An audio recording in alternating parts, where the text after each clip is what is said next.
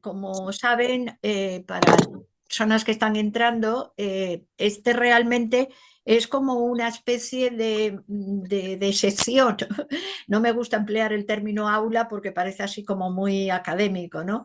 Pero para conocer la vida y obra de Carl Jung y todo lo que nos aporta, pero enfocado en general. Es lógico que hay personas que a lo mejor trabajan con terapia y demás que puedan estar interesadas profesionalmente, pero sobre todo lo que a mí me interesa es que la gente lo conozca y que puede, porque se puede aplicar prácticamente sus conocimientos a nuestra vida cotidiana. Hay que tener en cuenta que Jung no, vamos a ver, no trabajó o enunció su psicología profunda para la patología. Más bien lo enfocó para la normalidad. La patología sería aquellos casos en que estaría agravada la situación. Pero vamos, él lo enfocó tanto a nivel de sus colaboradores, de toda persona interesada y demás.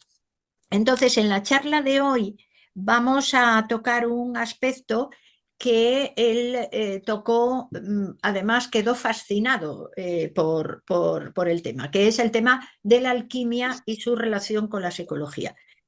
Desgraciadamente, en nuestro momento histórico, el término alquimia lo tenemos como, pues no sé, como una charlatanería, como, como, no sé, algo de cosa un poco rara o gente medio loca. Desgraciadamente hemos perdido el verdadero significado de la alquimia, porque la alquimia sería realmente una magna ciencia. Por otro lado, la psicología es una ciencia relativamente moderna. No es que no existiera el conocimiento del ser humano, de la psique-mente del ser humano, sino que estaba integrado dentro de lo que podríamos llamar la filosofía. Es decir, la psicología sería como una rama más de la filosofía, que sería ese amor al conocimiento donde se integraría el conocimiento del ser humano en primer lugar. Bien, ¿cómo relacionamos alquimia y psicología? Pues se lo debemos a Carl Jung. Voy a tratar de compartir pantalla, a ver si en esta ocasión tengo suerte.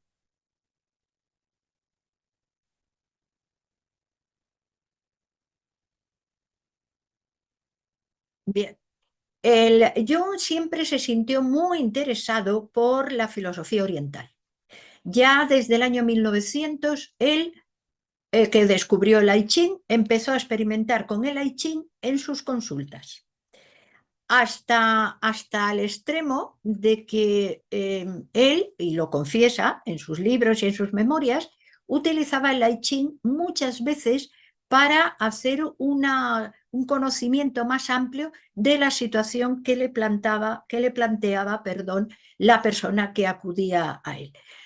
Todas las personas que hemos trabajado con problemática humana sabemos que muchas veces las personas vienen y nos cuentan su problema, pero que muchas veces el problema que nos cuentan es su narrativa, su deseo, su visión de la situación, pero no es el problema real, porque muchas veces el problema real es como que no queremos verlo también. Bien, pues Carl Jung decía que él utilizaba eh, el método del I Ching para conocer más esa persona, para conocer realmente cómo era el enfoque de esa situación. Y no solo el I Ching, sino también utilizaba la astrología. Y él decía que había 3 puntos importantes a la hora de valorar una persona. Esos 3 puntos eran el ascendente, donde tenía el sol y donde tenía la luna. Entonces, teniendo en cuenta eso, él ya más o menos tenía una visión como más amplia, más objetiva de lo que sería esa situación. Vemos que en el año 1944 publica ya la obra Psicología y Alquimia, cuya historia vamos a ver en momentos posteriores y en diapositivas posteriores, y luego en 1955 y 1956 publica el segundo libro dedicado a la alquimia, que es El misterio de las uniones, aunque lo publica con el título en latín. Bien, pero vamos a hacer un poquito de historia. Aquí vamos a ver a tres personajes.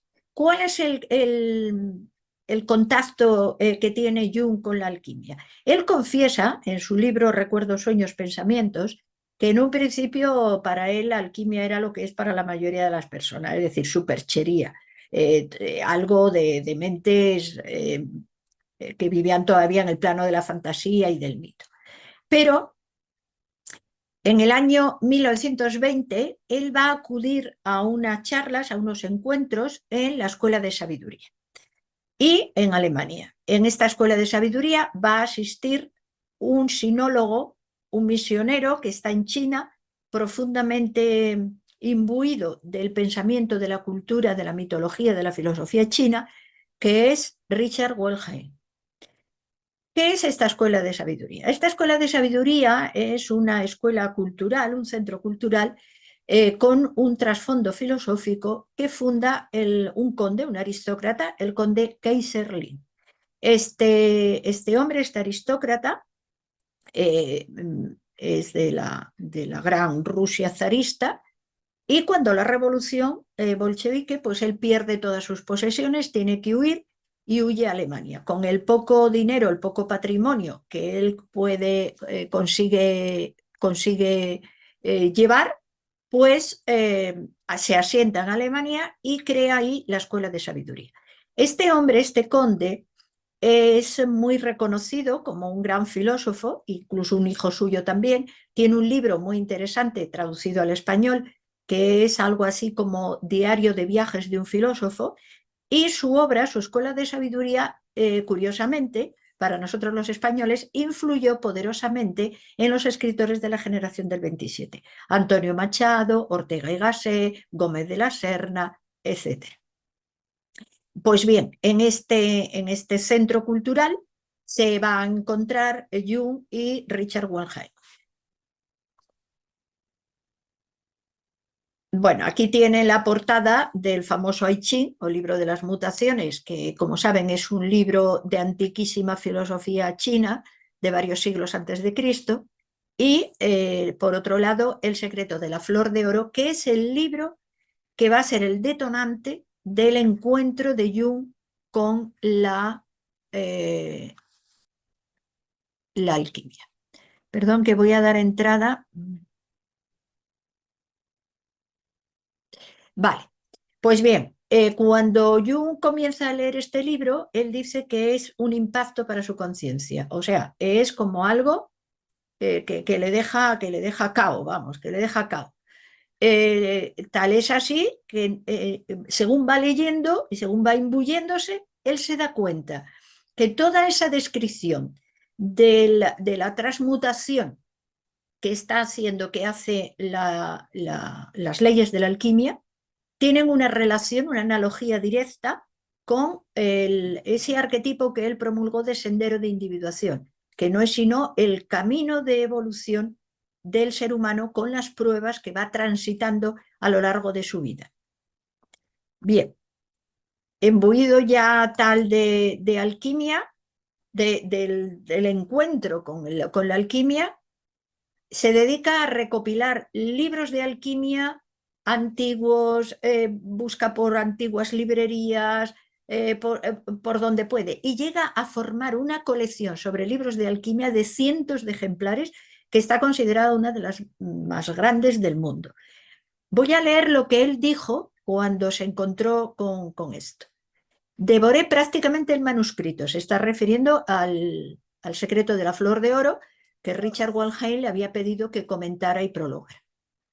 Dice, su contenido vino a corroborar inesperadamente mis ideas sobre el mandala y la circunvalación alrededor de un centro.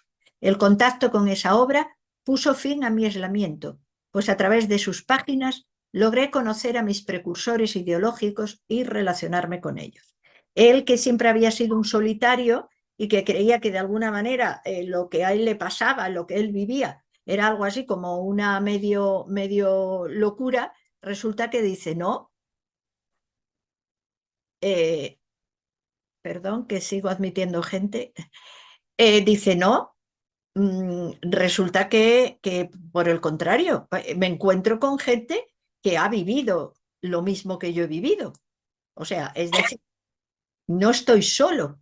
Esto ya ha sido promulgado, ya ha sido enunciado en etapas anteriores, en siglos anteriores. Bien, sigue profundizando en este paralelismo entre la alquimia y la psicología, pero vamos a hacer un inciso sobre un punto que él toca, el mandala. El mandala, que saben ustedes que es ese dibujo circular que tiene un punto en el centro, para él es la representación del ser humano. Y ese centro sería el ser real, el ser atemporal y trascendente que todos somos. Algo así como puede ser el punto de luz en una lámpara, ¿no? Y el sendero de individuación sería ese largo camino que el ser humano recorre para llegar a su centro, para unirse a su y descubrir o potenciar o evidenciar su verdadera identidad como de alguna manera ser divino o ser trascendente. Bien, embuido ya de la alquimia, ya vemos que Jung empieza a dar conferencias sobre la alquimia. La primera de ellas, que es Símbolos de los sueños y proceso de individuación, va a darla en el año 1935 en el Círculo Eranos. Bien, el Círculo Eranos es otra asociación cultural que había fundado una antigua teósofa y donde Jung va a participar dando charlas y conferencias. ¿Por qué se llama Eranos? Eranos quiere decir banquete en el que todos los comensales aportan algo de comida para que se intercambie entre todos. Entonces, este círculo que tiene la finalidad de intercambio precisamente de conocimientos de todos los asistentes, pues una vez al año durante 8 días hace estas reuniones donde todos los asistentes exponen pues, sus conocimientos, sus descubrimientos, el fruto de sus investigaciones.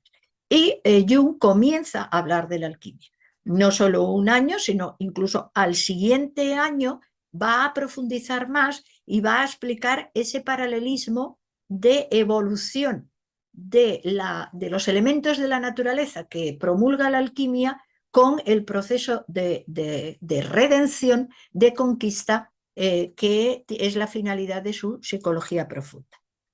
Bien, aquí les he puesto como curiosidad 3 fotos de la casa de Jung. Por un lado tienen, ahí les señalo, la parte de la biblioteca, aquí tienen la entrada y aquí tienen el consultorio.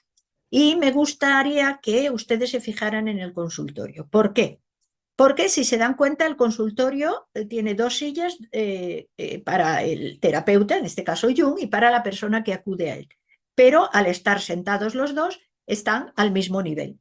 Es decir, están exactamente al mismo nivel. ¿Por qué quiero señalarlo? Porque es la diferencia tremenda de la metodología de Jung con la metodología de Freud. Freud es el diván, es decir, la persona está tumbada y el terapeuta, Freud en este caso, está por encima. Si se dan cuenta, ya hay una situación de desnivel donde el paciente estaría como por debajo del terapeuta y el terapeuta escucharía, mientras que en el caso de Jung sería de igual a igual, porque él decía siempre que cuando alguien se acercaba a un terapeuta era un alma que se acercaba a él, que eran 2 seres caminando y que estaban ahí para apoyarse, es decir, el terapeuta apoyaría al paciente y el paciente le transmitiría también experiencias, conocimientos, vivencias al terapeuta. Continuamos. Bien, aquí tienen la Torre Bollingen y Jung trabajando la Torre Bollingen. Los que han asistido a mis charlas anteriores ya me han oído hablar cantidad de veces de la Torre Bollingen, que saben que es un edificio que él construyó, incluso él participó construyendo cosas y tallando con sus propias manos, y aquí talla en la piedra elementos alquímicos, frases de viejos tratados de alquimia, porque él se da cuenta, cuando empieza a comprar los libros de alquimia, le empiezan a fascinar los dibujos, las pinturas de esos símbolos alquímicos, esos homúnculos, esas grabaciones, y él se da cuenta que tiene una similitud tremenda con las figuras que él percibe en sus visiones y sobre todo en sus sueños. Entonces, la Torre Bollingen la construye casi como una obra alquímica, con esa finalidad, es decir, transmutar la materia. Así pues, elige piedras de una manera y de una característica determinada, las talla, quiere que ese sea un recinto, prácticamente casi podríamos decir como el recinto de un discípulo de una escuela de sabiduría, y no tiene luz eléctrica, no tiene agua corriente, él coge el agua de un pozo, está a orillas de un lago, y él ahí va a tener toda una serie de experiencias extrañas relacionadas con la naturaleza. Él cuenta que incluso en una ocasión siente como si una orquesta estuviera tocando en la naturaleza, y no hay ninguna orquesta, por supuesto. Y bueno, ahí talla la piedra, pinta símbolos y va construyendo por años este edificio, que para él representa verdaderamente la obra alquímica, que es la construcción del ser humano y también la relación con la naturaleza, el conocer la naturaleza, el trabajar con ella, impulsando la evolución de todas las criaturas de alguna manera, y para él en su paralelismo con la psicología. Bien. Quería preguntarles, ¿ustedes están viendo las diapositivas? Sí, sí. Vale, perfecto. Bien, continuamos. Voy a leerles, aquí les he puesto un texto donde él habla de la Torre Bollingen. Dice, es como si se viviese muchos siglos al mismo tiempo. El lugar me va a sobrevivir y su ubicación y estilo apuntan hacia atrás, a las cosas de antaño. Y esto no es poco para sugerirse en el presente. Si un hombre del siglo XVI fuese a mudarse a la casa, solo la lámpara de queroseno y algunos otros objetos le serían novedosos, pudiendo vivir con total comodidad y libertad en este lugar. No hay nada que moleste a los muertos, ni siquiera hay luz eléctrica ni teléfono. Por otra parte, las almas de mis antepasados se sustentan en la atmósfera de la casa, ya que responde a ellos aquellas preguntas que sus vidas una vez dejaron atrás. Yo forjé respuestas lo mejor que pude. Incluso he dibujado en las paredes. Es como si una familia silenciosa se ha ido extendiendo a lo largo de los siglos, poblando la casa. Aquí vivo mi segunda personalidad. Veo la vida en ronda, tal vez a mi alrededor, como algo que viene a la existencia y transmite. Si se dan cuenta, es un lenguaje casi íntimo, críptico para los de afuera, íntimo para él, pero casi es un diálogo efectivamente con su yo más profundo, donde, si se dan cuenta, al hablar del tiempo hacia atrás y el tiempo hacia adelante, es como salirse precisamente del tiempo. Hay una frase muy bonita en su libro Sincronicidad, donde él habla del tiempo y el espacio, y dice, la expansión del espacio celeste es el tiempo. O sea, casi diríamos que realmente son expresiones alquímicas. Bien, seguimos. Vamos entonces ahora a detenernos. ¿Realmente qué es la alquimia? ¿Qué sabemos de la alquimia? Tenemos la idea, como decíamos antes, de que, la madre tonta de una hija lista, que es la química. No, la química es la hija incompleta de la alquimia. Bien, es verdad que en este momento ya la física cuántica, la física atómica, se está sustentando literalmente en los conocimientos de la alquimia. La alquimia es la ciencia, quizá relacionada con los elementos de la naturaleza, más antigua, porque vemos que hay escuelas y trabajos en Egipto, en el Antiguo Egipto, en Mesopotamia, en China, en Persia, en la India, hasta Grecia y Roma, y llega hasta la Edad Media. En la Edad Media es cuando ya empieza a decaer, para decaer finalmente y perder su sentido científico en el siglo XVIII. Bien, ¿por qué se la relaciona estrechamente con el hermetismo? Aquí estamos hablando de un personaje, Hermes Trismegisto, que sería algo así como, voy a utilizar un término, como una especie de enviado trascendente para transmitir conocimientos trascendentes al ser humano que esté capacitado o que trabaje para llegar a entenderlos y interiorizarlos en su vida y caminar hacia adelante. Tiene dos vertientes. Por un lado, podríamos decir lo que se trabaja físicamente, que es la investigación de la naturaleza, de las formas de vida de la naturaleza, de las características y los poderes de los elementos de la naturaleza. Y por otro lado, la disciplina, una disciplina espiritual y filosófica que estaría encaminada directamente al trabajo y a la evolución del ser humano. Aquí les he puesto en la foto los 3 grados de la alquimia, que ahora vamos a ver, y bueno, aquí los elementos de la naturaleza, que es la base, podríamos decir, de la alquimia: tierra, agua, aire y fuego. Pero, ojo, aclaro, estos elementos a su vez se dividen en subelementos. Entonces, el elemento aire, agua y fuego no vivimos en él. Es decir, nosotros estamos viviendo en el elemento tierra con todos sus subelementos. Perdón, el teléfono que... En fin, pasamos a la siguiente.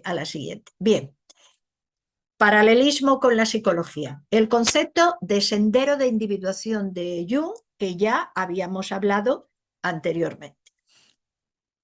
Lo ven ahí reflejado en varias figuras. Por un lado, aquí tienen el disco de Feister, que si se dan cuenta es perfectamente un mandala, es decir, un largo camino hacia el centro.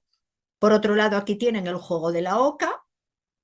Y por otro lado, aquí tienen los 22 arcanos del tarot, que configura otro mandala. Bien, ¿por qué se le da tanta importancia a Jung al mandala? Bueno, porque dice, es una representación que está desde la noche de los tiempos en la humanidad. Perdida su clave de interpretación, no representa nada para nosotros.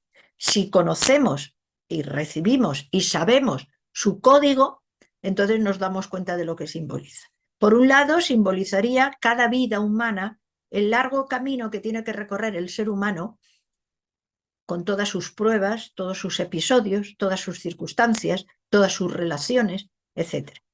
Si tiene y conoce de la finalidad, que sería el sí mismo o que sería el centro del mandala, al tener sentido, sabe que todas las pruebas de la vida le conducen a una meta y que esas pruebas de la vida le ayudan precisamente a que ese camino pueda ser más rápido. Por otro lado, estaría relacionado con el arquetipo de Jung, que sería el camino del héroe. ¿De acuerdo? Muchos de los juegos infantiles, y tomo por ejemplo el juego de la oca, realmente son un mensaje de sabiduría. Lo que ocurre que al perder las generaciones, las sociedades, los momentos históricos, al perder su clave, pues se quedan simplemente en un juego. Esto es algo parecido, por poner un ejemplo. Imagínense una partitura musical e imagínense que la ponemos delante de una persona que jamás en su vida ha visto una nota musical ni sabe lo que significa. Vería la partitura y diría, esto es un galimatías. O más simplemente, una persona que no sepa leer, que nunca haya visto una letra, le ponen un papel escrito delante y dices, una galimatías. Hay un episodio una frase que a mí me gusta mucho de la película El guerrero número 13, donde, como saben, el personaje central, interpretado por Antonio Banderas, es pues un árabe, como aquella época, la Edad Media, los árabes estaban en un nivel cultural muy superior a Europa, pues resulta que se encuentra, bueno, con unos pueblos bárbaros y él sabe escribir, lógicamente. Los pueblos bárbaros no saben, ni saben de las letras ni nada. Y en un momento determinado, el regente o el rey de una de estas tribus le dice, dibuja mi nombre, porque para ellos eso no era un abecedario, no era escritura, para ellos eran dibujos. Entonces, dibuja mi nombre, que sería escribir escribir su nombre. Bien, pues eso es lo que nos ocurre. Si hemos perdido la clave, pues significa muy poco. El trabajo de Jung, precisamente, y de su acercamiento, de su paralelismo entre psicología y alquimia, era precisamente que las personas recuperaran ese conocimiento para que su vida fuera teniendo sentido y que las pruebas que la vida le ponía no eran simplemente porque sí, sino eran como etapas para despertar cada vez más un pequeño o un gran grado de conciencia. Cuando él se encuentra con Wilhelm, el que le propone comentar El secreto de la flor de oro, precisamente lo que él quiere es rescatar el sentido, ¿cómo diríamos? No literal, sino el contenido profundo de la filosofía oriental que se refleja en la alquimia china de la flor de oro para que Europa recupere un sentido de trascendencia que ha perdido a partir del siglo XVIII, sobre todo con el progreso del racionalismo. Seguimos. Aquí les he hecho un cuadro de el paralelismo entre alquimia y el sendero de individuación, el proceso psicológico de Jung. Hablaríamos en la alquimia de tres fases: la nigredo, la albedo y la rubedo. Bueno, estas serían las tres fases en origen. Luego, a partir en la Edad Media, se habló de cuatro porque el albedo como que se dividía en dos, una relacionada con la luna como reflejo, otra como el sol, como luz propia, ¿no? Pero yo me he quedado con el origen: nigredo, albedo, rubedo. Nigredo quiere decir obra al negro. Está relacionada con el elemento plomo y con el dios Saturno, y al mismo tiempo también el astro Saturno, el planeta Saturno. Nigredo o fase de ennegrecimiento.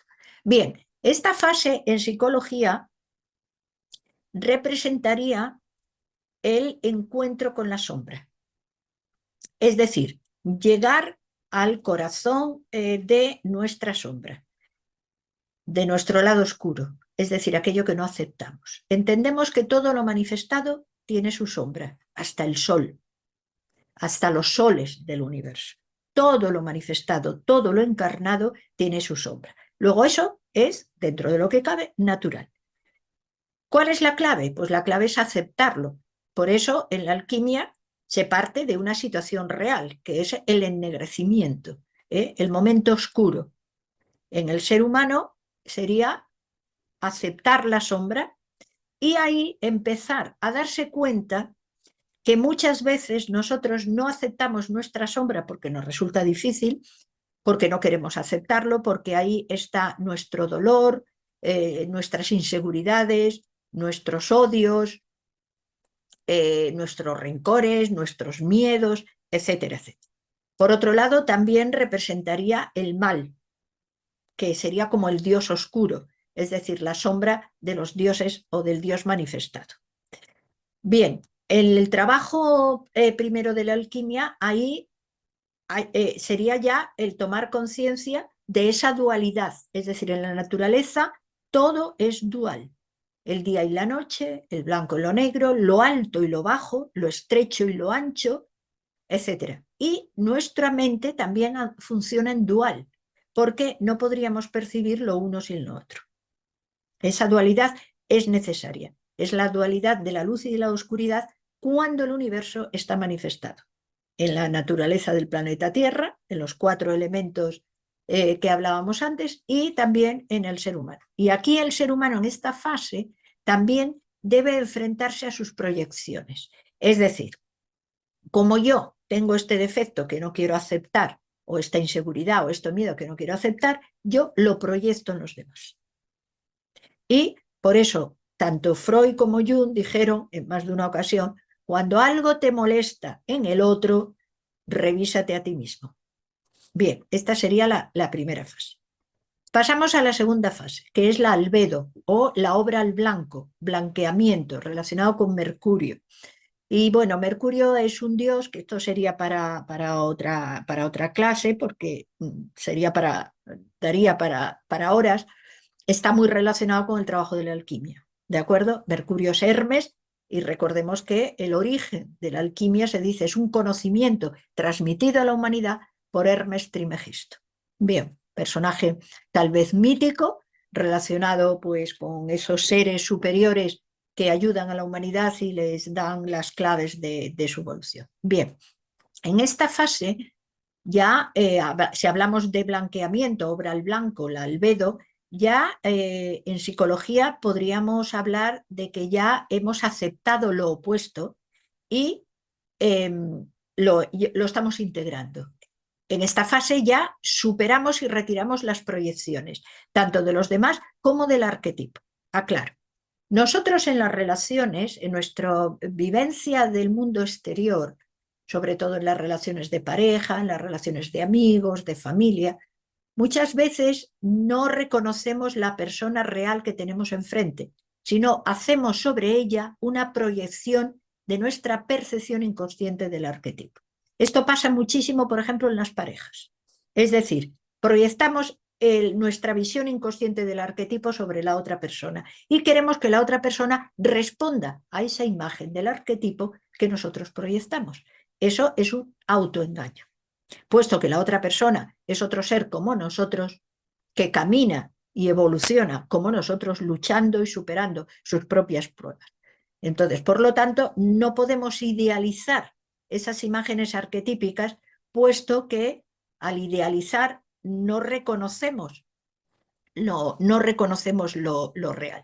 Entre los antiguos egipcios se hablaba de una prueba que pasaban las almas una vez que se desprendían del cuerpo antes de llegar al tribunal de Osiris, que era enfrentarse a una serie de puertas donde cada puerta estaba guardada por un monstruo.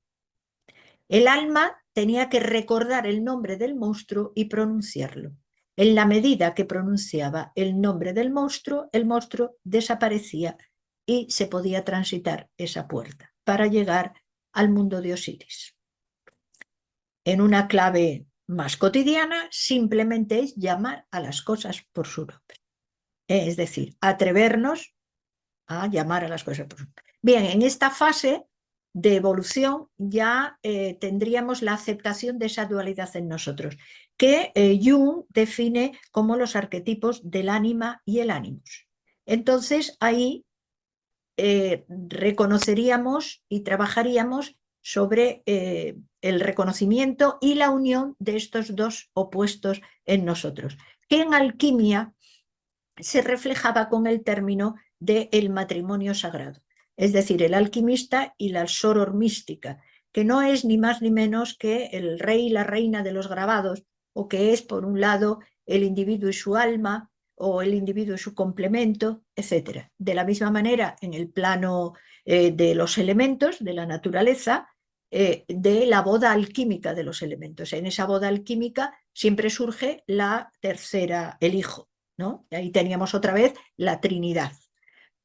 Por poner un ejemplo muy simple, sin llegar a las alturas de la alquimia como la gran ciencia. Imaginemos dos elementos de químicos, el cloro y el sodio, ¿de acuerdo? Se mezclan en una proporción determinada, es decir, una molécula de una molécula del otro, y tenemos la sal. Es decir, el hijo es la sal, hijo del matrimonio entre el cloro y el sodio. En el caso del agua tenemos dos moléculas de hidrógeno, una de oxígeno. En ese matrimonio sagrado surge el hijo, que es el agua. Bien, pues en la clave de psicología es la unificación de los opuestos. Entonces, en cada ser humano, en la medida que se realiza este proceso, se da el matrimonio sagrado y el hijo sagrado, que sería el individuo que surge después de esa etapa, después de esa integración, en el camino hacia el sí mismo. Bien. Etapa final de la alquimia, la rubedo, o obral rojo, o el león rojo, o en fase de enrojecimiento, relacionado ya con el elemento oro. Aquí ya podríamos decir en términos de psicología junguiana que se ha alcanzado la totalidad, es decir, se ha llegado al centro, al sí mismo. Nos hemos fundido ya o hemos ya abierto las puertas de la jaula donde estaba encerrada nuestra alma. Ya somos el Dios que somos y por lo tanto ya nos podemos unir al alma del universo. Ya tenemos la conciencia conectándola con el unus mundi o el unus mundus. El sí mismo sería aquí ya, Jung lo describiría con términos muy trascendentes, Dios en nosotros. Pero ojo, no es el Dios innombrable, inabarcable, que nuestra mente es incapaz de concebir, porque no olvidemos que nosotros lo vemos todo en la medida de nosotros como humanos. Por lo tanto, la imagen de Dios, de lo trascendente, etcétera, es humana. Eso no debemos olvidarlo. Y por ser humana es por lo que existen las guerras de religión. ¿De acuerdo? Porque el Dios inabarcable, el Dios innombrable, eh, no tiene nombre, no tiene, porque lo es todo. Y se manifiesta en los universos en forma física y cuando se retira, cuando le toca morir y desaparecer el universo, sigue existiendo aún sin estar manifestado. Bien, ese Dios que no podemos comprender, puesto que la única imagen que nos hacemos es humana, es ese Dios al que podemos llegar a través de esta fase final de la Rubedo o el llegar al sí mismo, que sería, como decía Jung, Dios en nosotros. Bien, pero nosotros podemos decirnos, bueno, ¿y a todas estas qué somos? ¿A todas estas qué somos? ¿Cuál es nuestra realidad cotidiana? Bien, aquí les he hecho una diapositiva y voy a señalar con el cursor, ven estas 4 fotografías, ¿no? A mí me gustaría preguntarles, pero bueno, como estamos vía Zoom, pues no hay mucha posibilidad. Aquí tienen una roca, un mineral, aquí tienen un bosque con sus árboles, aquí tienen un animal, un perro, y aquí tienen una persona. Bien, podríamos decir que el mineral, el vegetal, el animal y la persona tienen algo en común, ¿verdad? Eso que tienen en común es la forma, pero no una cualquier forma, sino una forma determinada que da las características de cada ser. Es como si dijéramos la naturaleza hace alquimia, ¿eh? La naturaleza hace alquimia. Es decir, el mineral, el vegetal, el animal y el humano coinciden en que tienen una forma física, compuesta de átomos, de moléculas, etc. Y es lo que en las antiguas tradiciones llamaban heterofísico. ¿Por qué heterofísico? Porque físico es claro, pero hetero porque es una forma determinada para cada criatura. Porque si solo fuera físico, todos estaríamos mezclados. Pero no, hay una fuerza que cohesiona las moléculas, estructurándolas de una manera determinada, de acuerdo al elemento de la naturaleza que sea. Dentro del mundo mineral vamos a ver que hay miles de formas. Del mundo vegetal, exactamente lo mismo. Del mundo animal, no digamos. Y del mundo humano, las diferencias son mínimas, si se fijan. Entre los seres humanos hay muy pocas diferencias. Puede ser diferencia de estatura, diferencia de color de piel, pero hasta ahí hemos llegado, ¿eh? O sea que el arquetipo, modelo del ser humano, es como si dijéramos bastante semejante los unos a los otros. Mientras que en el mundo animal no, porque un elefante se diferencia de un perro muchísimo. ¿Qué diríamos? Un rosal se diferencia mucho de un pino.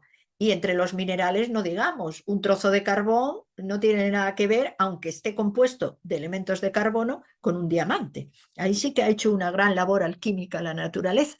Bien, pues decíamos que estos 4 planos, estos 4 reinos, tienen en común el heterofísico. Pero si vamos a especializarnos un poco más, vemos que el mundo vegetal, el mundo animal y el mundo humano coinciden en algo. ¿En qué? En lo que llamamos vida, que es un término no correcto para mí, puesto que vida es todo. Pero bueno, ¿qué quiere decir? Que se nace, crecen, se reproducen, mueren y tienen en común que aquí, por ejemplo, ya hay un movimiento hacia arriba y hacia abajo y también hacia los lados, si bien es cierto que no pueden moverse del sitio en el que están. Bien, eso es lo que en la antigüedad llamaban, en las viejas escuelas de filosofía, llamaban cuerpo vital o cuerpo energético, porque estamos hablando de una energía que hace que ya no sea estático, sino que tiene, bueno, lo que llamamos, como decíamos antes, mal llamado vida. Bien, pero seguimos. Y entonces nos vamos a encontrar con que pasamos al siguiente plano, el animal y el humano. El animal se puede desplazar libremente a donde quiera ir, cosa que el árbol o el vegetal no podía. Aunque el vegetal podía nacer, crecer, reproducirse, morir, pero no puede desplazarse del lugar en el que está. De mutuo propio, claro, si lo arrancan y lo lleva el viento, sí. Mientras que el animal no. El animal se desplaza, el animal siente dolor, siente frío, siente miedo, el animal tiene instintos, tiene sensaciones, tiene incluso, podríamos decir, emociones, porque si uno tiene una mascota, bueno que no se pone contento cuando llegamos a casa. Bien en la naturaleza salvaje, cómo defienden a sus criaturas y defienden su territorio, etc. Bien, entonces tenemos que los animales, el mundo animal y el mundo humano, tienen en común lo que vamos a llamar psique. En la psique tenemos instintos, tenemos sensaciones, tenemos emociones. ¿De acuerdo? Sí, emociones más primitivas en los animales, pero que somos bastante parecidos en ese sentido. Jung hablaba, él estaba absolutamente en contra de la vivisección en las prácticas de medicina y decía que se despreciaba mucho al animal y el dolor que se le producía al animal. Él nunca quería participar en las prácticas de vivisección, porque él decía que los animales eran semejantes a nosotros y le daba la misma importancia a la piedra y al vegetal. Él reconocía el mismo valor en una naturaleza de la que sus criaturas tendrían todas el mismo derecho. Y eran los minerales, los vegetales, los animales y los seres humanos. Bien, pero si seguimos, vamos a ver que el ser humano, primero ya físicamente decíamos, no hay gran diferencia entre los seres humanos, pero al mismo tiempo es un milagro de equilibrio, porque que podamos estar en vertical sin caernos, teniendo en cuenta que nos apoyamos en los pies, que es una superficie pequeñísima, intentémoslo con una figura, con solamente los pies como tenemos los seres humanos, se nos cae. Es decir, somos un milagro de equilibrio. Es como si dijéramos, perfecciona ese modelo, esa forma de vida, y somos capaces no solo de desplazarnos a donde queramos, sino de pensar, de razonar, de crear instrumentos que nos permitan movernos en el agua, en el aire, etcétera, de descubrir las mil y una formas de vida que puede existir en la naturaleza, etcétera. Pero entonces estamos hablando de una mente de deseos. ¿Por qué mente de deseos? Vamos a diferenciarla de otra mente que sería pura. Este triángulo que ven ustedes aquí sería más o menos lo que Jung decía del sí mismo. Es decir, la chispa divina en nosotros. Algo así como, imaginémonos una vela, pues la vela sería esto y esto sería el fuego, que participa del elemento fuego y es indivisible. Ustedes se dan cuenta, el fuego no se puede dividir y el fuego se reproduce infinitamente. Si nosotros tenemos un vaso de agua y lo dividimos en 3 vasos, cada vaso tendrá un poco de agua. Y con la tierra ocurre lo mismo, pero con el fuego no. O sea, yo tengo una velita encendida y con esa velita puedo encender 1000 fuegos que a su vez pueden encender otros 1000 fuegos cada uno. Pues bien, esa es la similitud, podríamos decir, con el sí mismo o con esta tríada que hablaríamos de mente pura, de intuición o buddhi y de atma, donde conectarían con el fuego infinito del alma del mundo, ¿no? Que sería ese espíritu subyacente que penetra, une, conecta todas las cosas y configura la trama secreta del universo, y que sería la etapa final, tanto de la alquimia como de la psicología. Es decir, el conectarse con el alma del universo, y ahí es donde el ser humano no solo trasciende su sombra, sino que su sombra ya está iluminada. En la medida que nosotros vayamos tomando conciencia de esto, es evidente que nos sentiremos más tranquilos, más felices, si me permiten la expresión, puesto que nos daremos cuenta de que estamos conectados con una inteligencia, si me permiten la expresión, una inteligencia superior, en el sentido de que yo soy emanación de esa inteligencia, puesto que soy un ser inteligente. De la misma manera que una célula de mi cuerpo está conectado primero a mi tejido, a mi órgano, a mi sistema y a mi unidad total, de la misma forma si configuraríamos proyecciones de un universo inteligente, que sería, podríamos decir, la conexión final o la finalidad de la alquimia. Y, por supuesto, en la clave psicológica, exactamente lo mismo. Muy bien, con esto no quiero marearles ya más, porque ya llevamos casi una hora.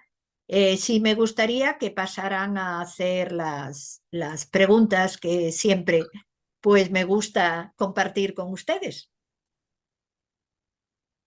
¿Alguna pregunta? María Jesús, supongo que era vegetariano, ¿no? ¿O no? Nunca ¿Quién? lo... Pues mira, no lo sé. Lo que sí sé es que le gustaba tomar un vasito de buen vino todos los días. Ujú.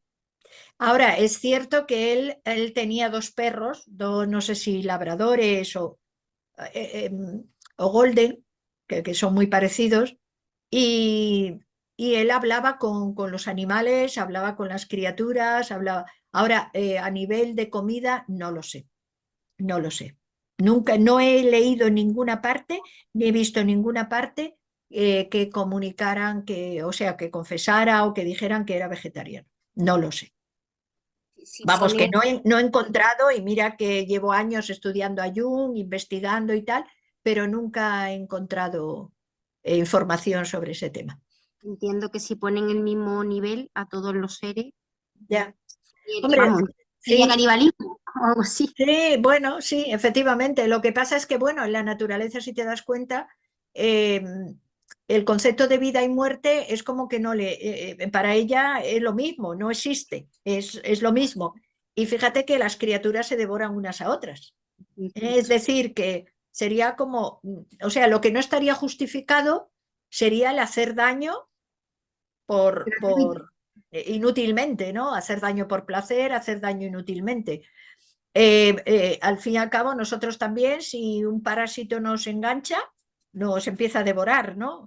O sea que es como, eh, no, yo soy casi vegetariana.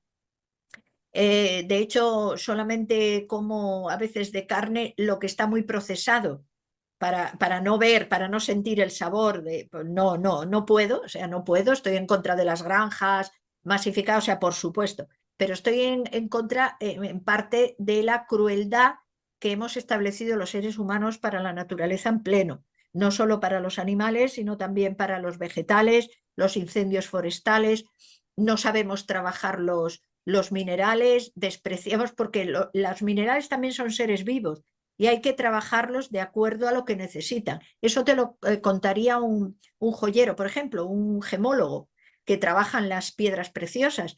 No se pueden trabajar las piedras preciosas de cualquier manera, ¿eh? Es decir, porque si no las puedes destruir. Existe el mal de la piedra. Si existe el mal de la piedra, que se hizo un edificio y puede morir, quiere decir que está vivo, o sea, que el mineral está vivo. A ver, me dice aquí una pregunta. ¿Cómo definiría la aportación de Freud y de Jung a la psicología? Bueno, aclaro una cosa respecto a lo que dices del impulsor, seguidor de Freud. Jung nunca fue seguidor de Freud. Aclaro, es una confusión que está muy generalizada.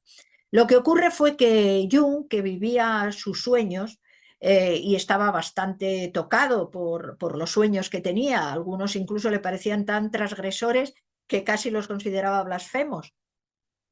Pues en un momento determinado encuentra un libro, una obra de Freud sobre los sueños y entonces queda fascinado porque se siente identificado. Entonces empieza a cartearse con Freud.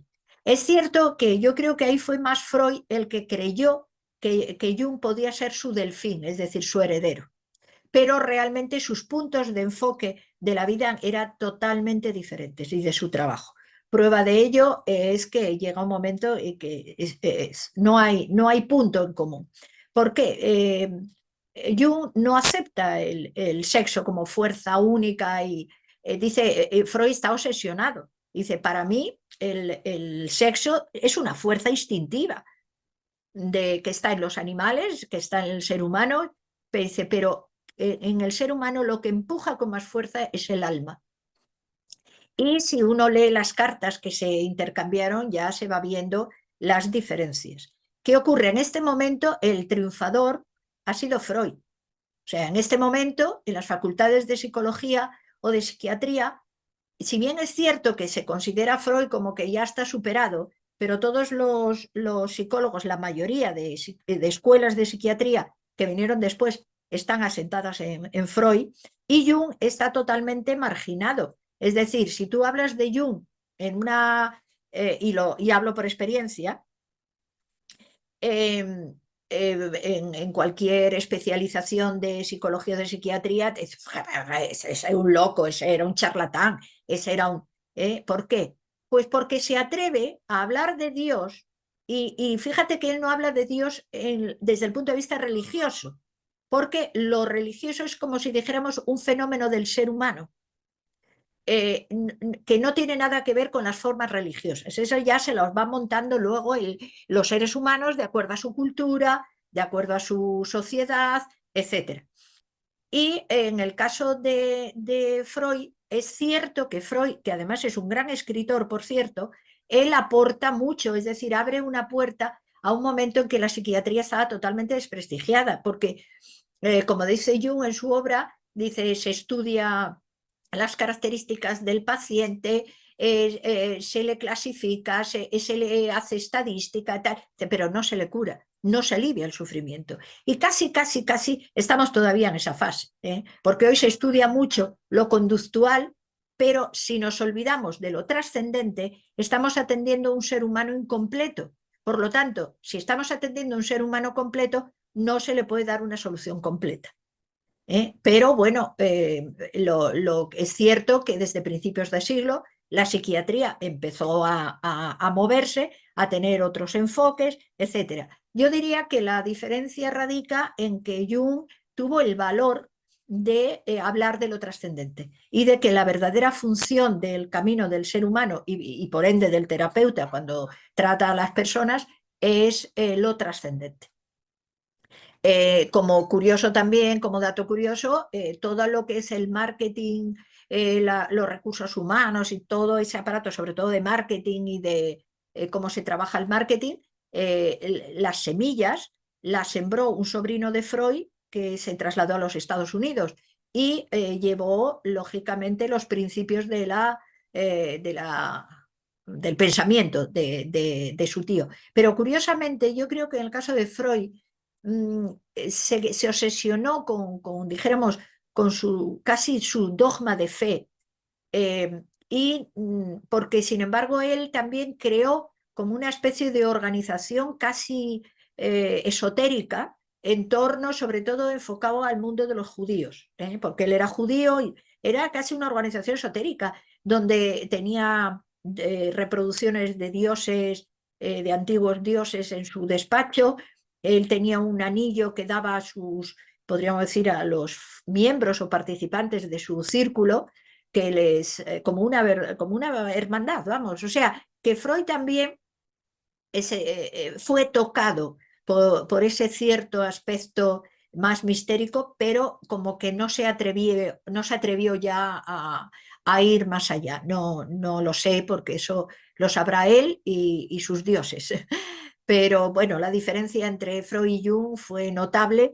No fue, como digo, no fue discípulo de Freud y Jung, no. Fueron dos estudiosos, que se encontraron en un momento determinado, que coincidieron en ciertos momentos y que luego por fuerza, porque sus enfoques o sus direcciones eran totalmente ya opuestas. Y luego, por otro lado, hubo ciertos elementos también humanos que pudo influir en esto y que Freud, por ejemplo, era más el enfoque, como decíamos antes, de superioridad, de un arquetipo más de dominio, mientras que Jung era más de caminar paralelamente, ¿no? O sea, es decir, el paciente y yo somos dos caminantes en este sendero de vida, ¿no? En este camino del héroe.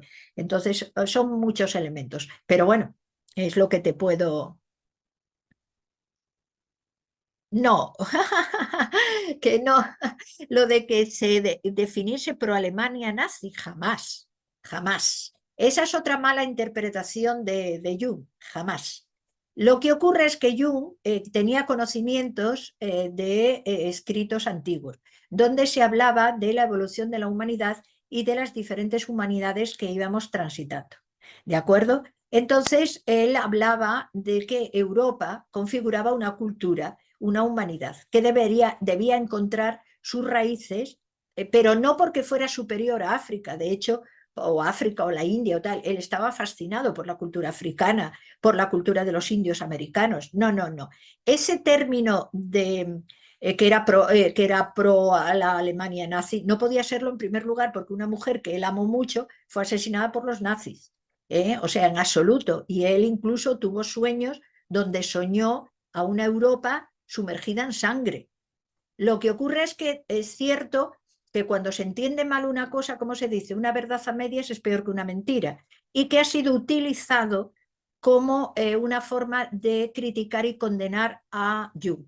Es decir, si hoy día te dicen que eres nazi y que eres antidemócrata, olvídate, ya estás condenada al ostracismo total y absoluto, aunque no haya ninguna prueba tangible o a veces, pues eso, una mentira, una verdad a media, se puede coger una parte de su obra y desconectada de toda la continuidad, lo que hacen en el periodismo.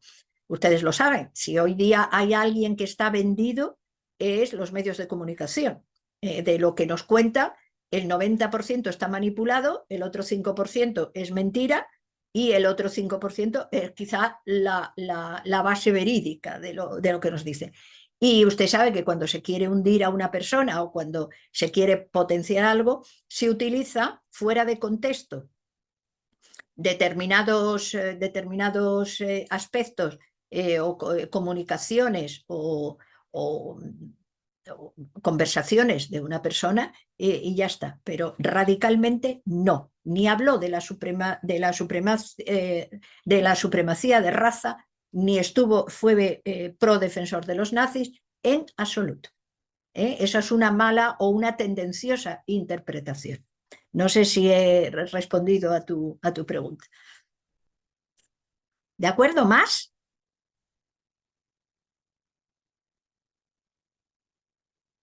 Bueno, parece que nos hemos quedado al final. La gente se ha ido sin preguntar. Espero que les haya servido un poquito de claridad.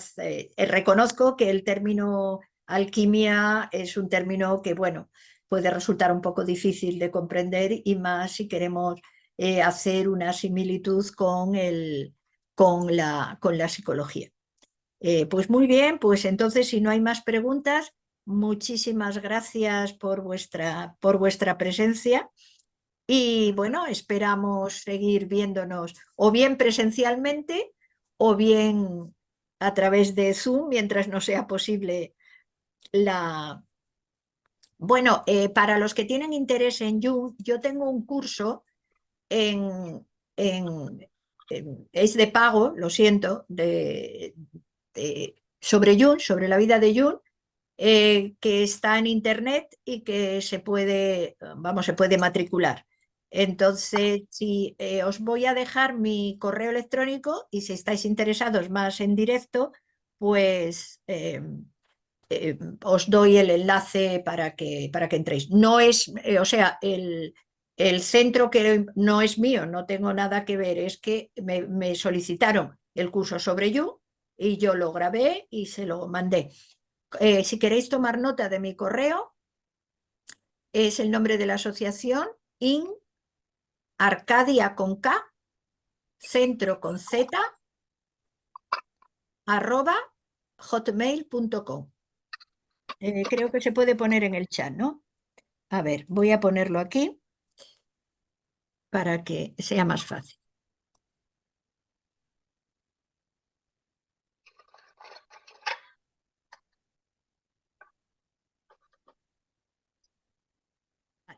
Pues ahí lo tenéis.